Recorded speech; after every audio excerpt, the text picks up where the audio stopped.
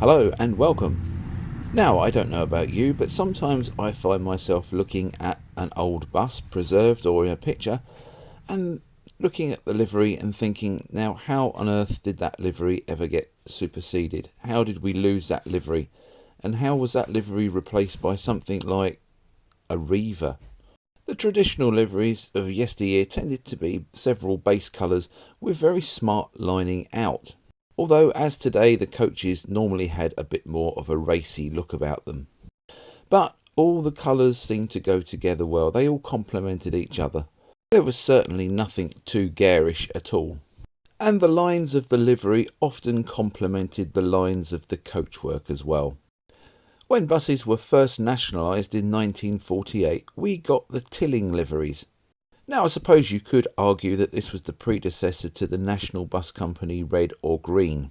But when fully lined out with black mudguards, it did look very smart, as seen here on this Bristol KSW. The green equivalent was still a very smart product, although it was a little bit drab compared to the red, which may seem a little bit strange, as this was the colour chosen to operate a lot of the fleets around the coastal and holiday locations in the country. However, a lot of them combated this by reversing the livery on open-top buses and such. While all this was going on, the municipal operators clung to their more traditional colours, and some of these were really smart, like this Bradford RT. When you saw this blue and cream livery, you knew straight away that you was in Bradford, and it installed a lot more local pride in the local public transport. Then there were the classy liveries of the BET fleets. This is a coach that belongs to Southdown on the south coast, and the colour scheme is apple green and cream.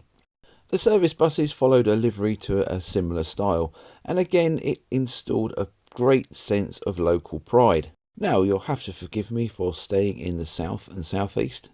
Southdown's municipal neighbour at Eastbourne ran this attractive livery. Now you can almost see the seaside in this, the blue of the sea and the yellow of the sand, and it's a very bright and colourful livery.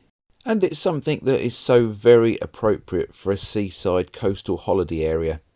Not far away, Maidstone Corporation meanwhile were going for this slightly more sombre livery. Now, it does look like brown and cream, but if you say that to the vehicle owners, they tend to get very angry with you. It's actually ochre and cream. But when Maidstone Corporation started taking delivery of Leyland Atlanteans in the mid-60s, this was changed to a blue and cream-based livery. Staying in Kent, one of the most missed liveries is that of East Kent Road Car Company Limited. There's something about a livery in maroon and cream that just looks so very classy on an older vehicle. And you'll notice these darker colours tended not to show the dirt up quite so well either. You may be forgiven for thinking London Transport's livery hasn't seen a lot of change over the years, and while the basic colour has remained red, there have been a few changes with the relief colours applied. There have been RTs and RMs with cream bands, grey bands and white bands, while the Ralph Bennett era on the London DMSs saw the whole of the area around the upper deck windows painted white as a form of relief. And while we're here, I think it's worth mentioning all the special occasion liveries that London Transport have applied over the years.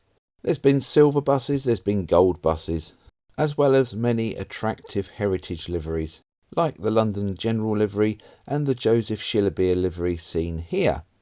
The Scottish Bus Group was another purveyor of fine liveries, with companies such as Western Scottish as seen here and Eastern Scottish almost following the standard Tilling livery.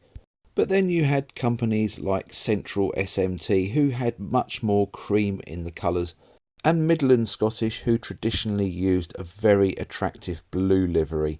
And blue is a very underrated colour on buses.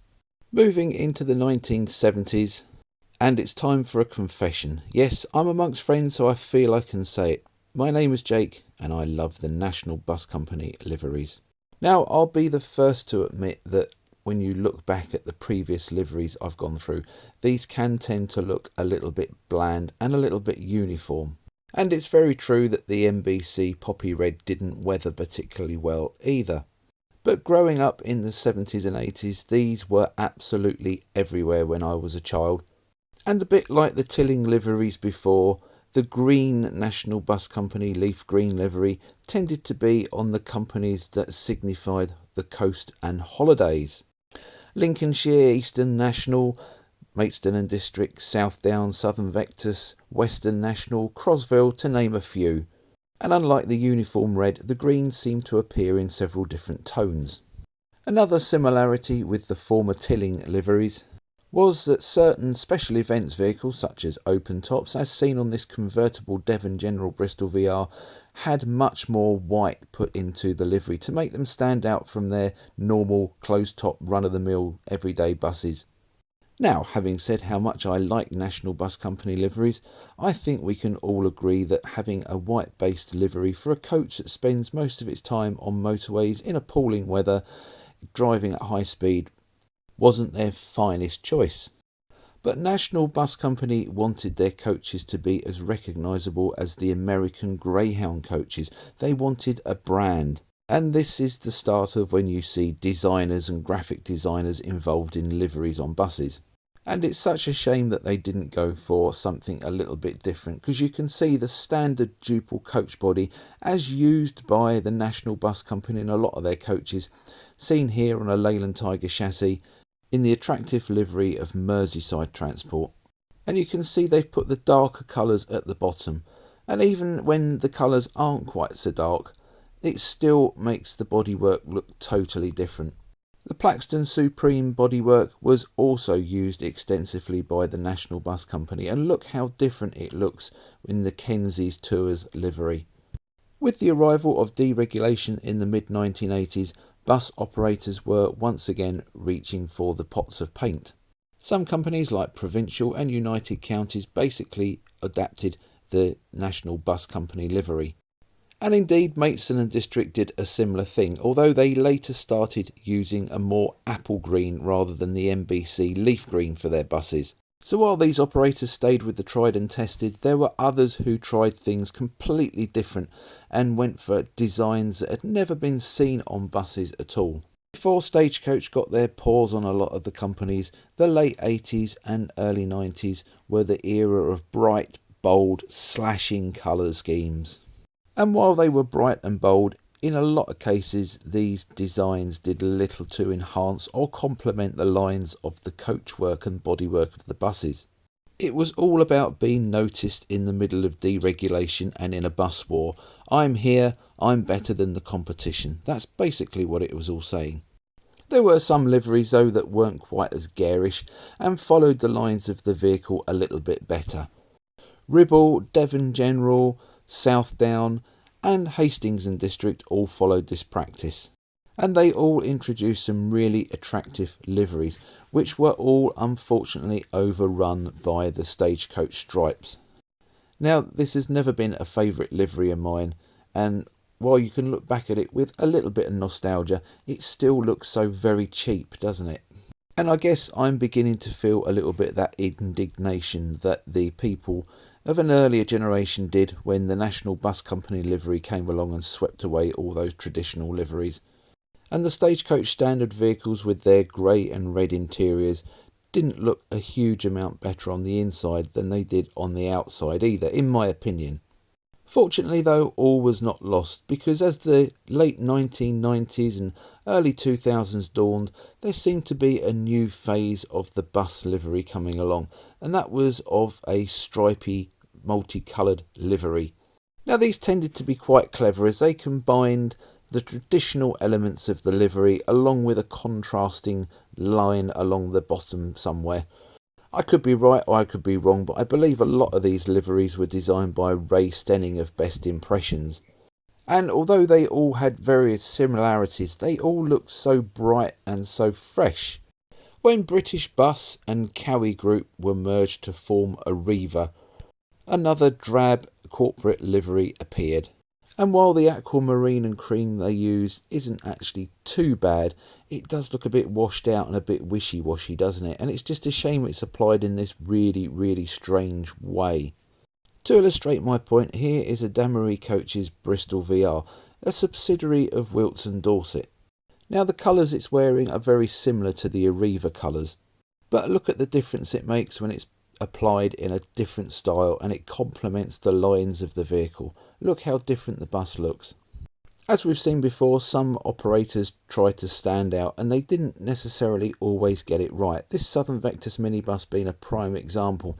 Now the blue itself, it's actually really quite a nice colour, but what are those lines? What's with the go faster stripes and the slash down the side? It's all very 80s and all very neon, isn't it?